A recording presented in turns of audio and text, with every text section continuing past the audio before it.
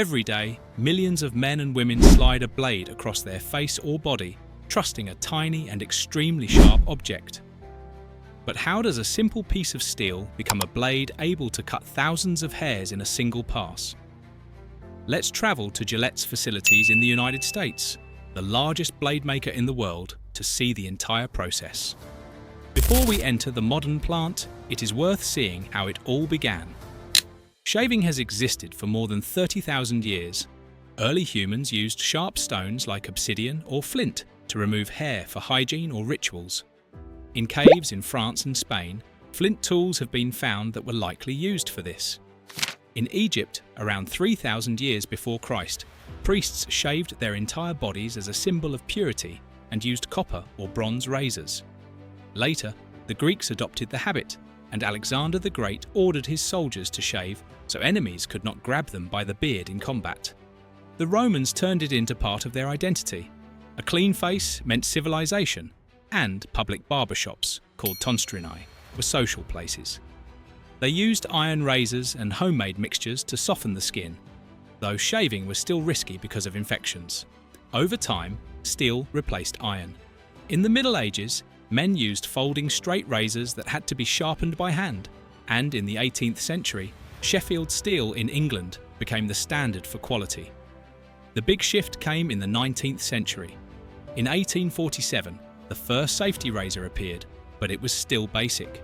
In 1901, King Camp Gillette changed everything with the disposable double-edged blade, cheap, thin, and easy to replace. With the help of engineer William Nickerson, he made it possible to mass-produce it.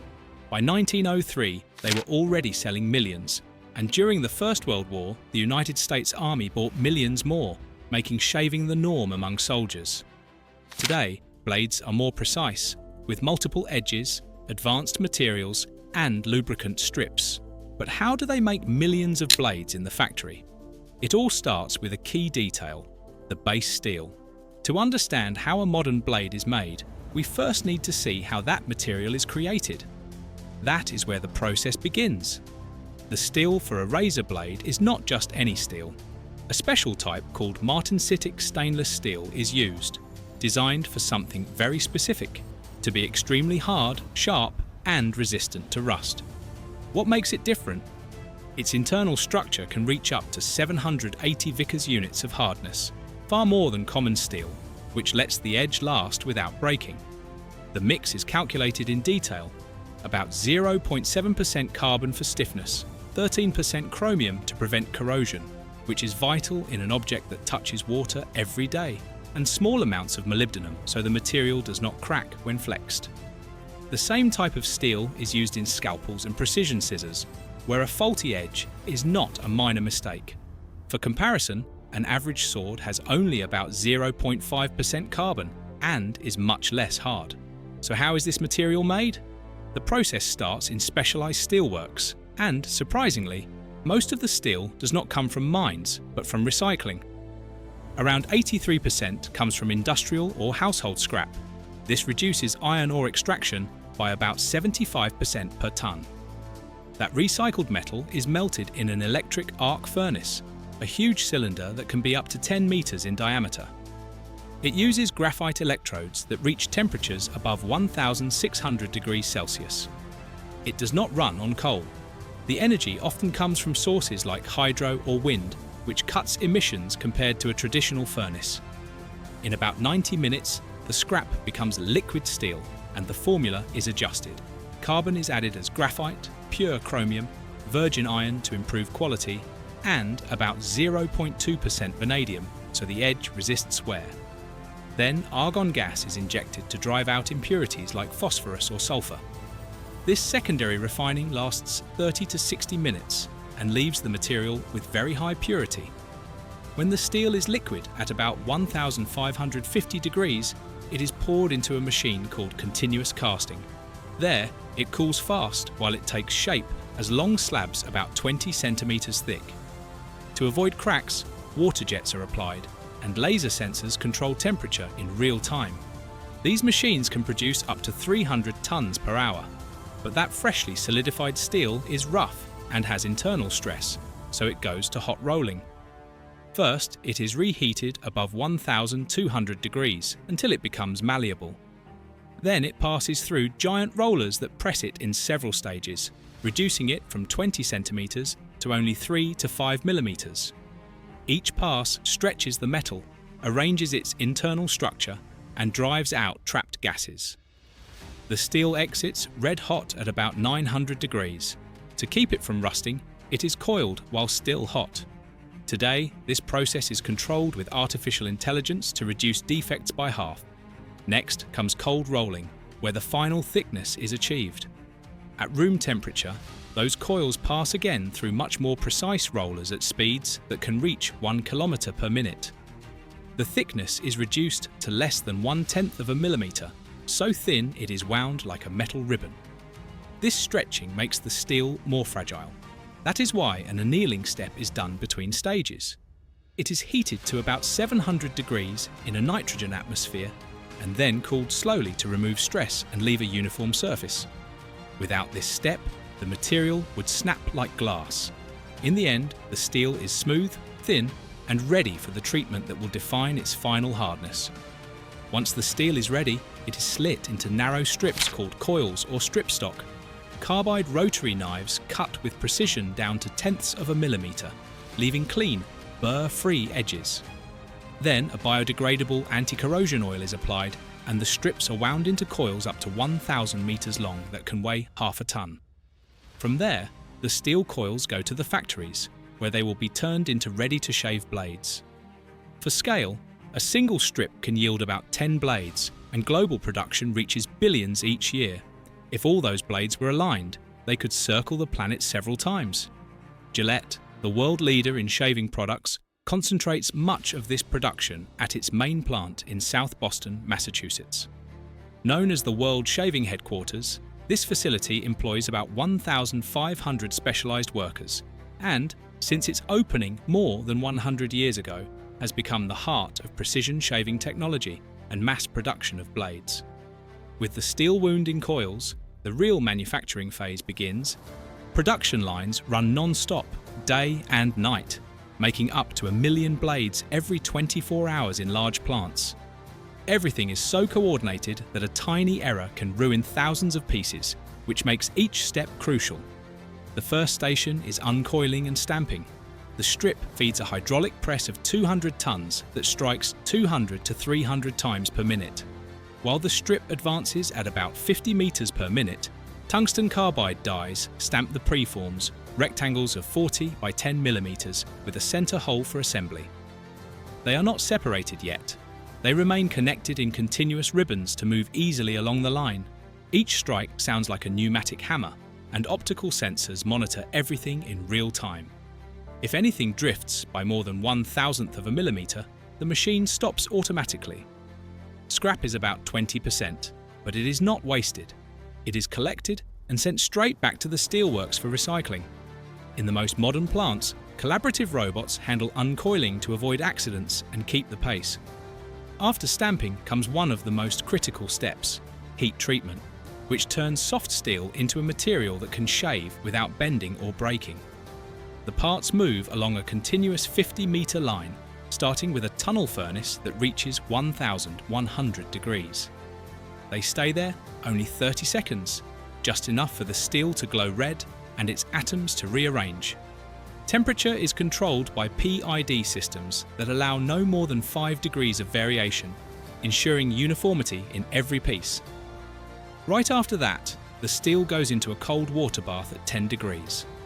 This thermal shock hardens it at once, forming the martensitic structure that gives strength and a long-lasting edge. The steam that is generated is captured and reused in other factory processes, improving energy efficiency. Next, the parts go into a cryogenic chamber with liquid nitrogen at -50 degrees for about 20 seconds. This extreme cooling reorganizes the molecules, removes microscopic weak points, and raises impact resistance by around 15%. To finish, the steel goes through a convection oven at 200 degrees for 20 seconds, reaching the final temper that balances hardness and flexibility. The result is steel at about 60 on the Rockwell scale, strong like a metal file, but flexible enough not to snap on contact with skin. If this cycle were skipped, the blade would bend on first use like a sheet of aluminum. This principle recalls the old forging of Japanese katanas, where cycles of extreme heat and rapid cooling create legendary edges. With the steel hardened, the logo and lot ID are applied. Fiber lasers or special heat and water-resistant inks are used, and the ink is flash-dried under gas flames at 500 degrees without altering the metal structure. This is not only for branding. Each piece carries microscopic codes that allow full traceability if defects or recalls occur. In some premium brands, micro-holograms are added to fight counterfeits, which is key in markets where cheap copies made with lower-grade steel can cause irritation or cuts. The next stage is grinding, where the cutting edge is born.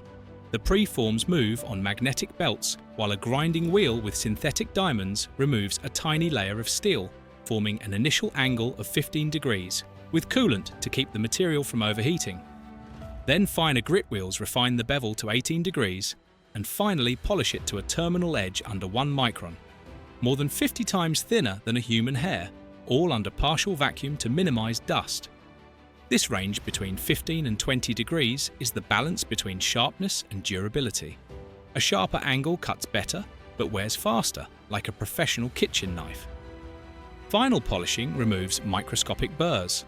The blades pass through rollers with diamond paste, rubbing at high speed and separating the connected pieces, leaving an almost mirror surface with a very low friction coefficient.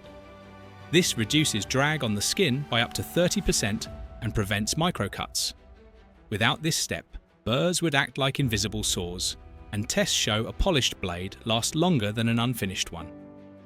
Then comes quality control, one of the most important steps in the entire production. Each blade is tested to ensure it meets the highest standards. Random samples and full lots are inspected to verify that the edge is perfect, that flex is correct, and that the steel has the proper strength. Advanced instruments are used, such as electronic microscopes, digital goniometers, and spectrometers, which measure hardness, edge angle, and chemical composition with precision. At the same time, simulated shaves are performed to test how each blade responds to pressure and movement. Defective pieces, usually only a small percentage, are discarded and returned to the foundry for recycling. Even in modern factories, artificial intelligence detects most defects. But humans still supervise every batch to make sure everything is right, because a single mistake can be very costly and affect consumer trust. Once approved, the blades move to ultrasonic cleaning in tanks with solvents such as isopropanol. The high-frequency vibration removes oils, dust, and metal particles, while vacuum drying completes the process, leaving each blade completely clean and free of residue. This step ensures that the blades are ready to be coated and used safely, protecting the user and extending the product's lifespan. After cleaning, the coating is applied to the edge. Under extreme vacuum, an electric arc vaporizes chromium to form a base layer that strengthens the blade against wear. On top of that, additional coatings such as nanostructured ceramic are applied, making the surface hydrophobic, allowing smoother glide over the skin, and reducing tugging by up to 40%. This treatment ensures that every blade provides consistent and safe performance. Next comes packaging. Each blade is individually wrapped in very thin waxed paper that is strong but breathable to prevent condensation. Then, machines group the packs of 5 to 10 units and seal them in recyclable plastic blisters or cardboard boxes with barcodes for logistics. But did you know that from these same blades come the plastic handle razors? With the blades finished and ready, the assembly phase of plastic handle razors begins. Before placing them, the blade coils are cut into individual strips or small sets that will fit into the cartridge head. This cutting is done with absolute precision so that each blade has the exact size and maintains the correct angle. Each edge is checked and, if necessary, cleaned and prepared with a protective coating that ensures a smooth glide. Once ready, the blades are carefully inserted into the cartridge holders. Each one is placed independently, making sure it is aligned and spaced correctly from the others, keeping the optimal distance and angle for an effective and safe shave. Modern cartridge heads have some flexibility, allowing the blades to adapt to the contours of the face and maintain even contact, preventing cuts or irritation. Robots and sensors coordinate the assembly with millimetric precision, while operators supervise and adjust any details the machines might overlook. After the blades are mounted in the cartridge, the lubricating strip is added, the green strip you have probably seen at the top of razors. It is made of materials containing aloe, vitamin E or oils, and it activates with water during shaving. Its function is to reduce friction between the skin and the edge, preventing irritation and pulling. The strip is placed precisely above the blades, ensuring perfect alignment and that it does not interfere with the cutting angle. With the complete cartridge ready, it is attached to the plastic handle. The handles are injection molded using strong, lightweight plastics designed to fit comfortably in the hand and offer total control during shaving. Some include textured or anti-slip channels to keep the grip firm even with foam or water. Finally, each razor is thoroughly cleaned, dried, and prepared for packaging. Automated lines wrap them individually, protecting them and ensuring presentation and logistics. And that is how millions of blades are made every day in Gillette's factories. Tell me, what did you think of the process?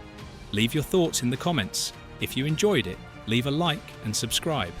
In the windows you will see next, there are more videos of industrial processes as fascinating as this one.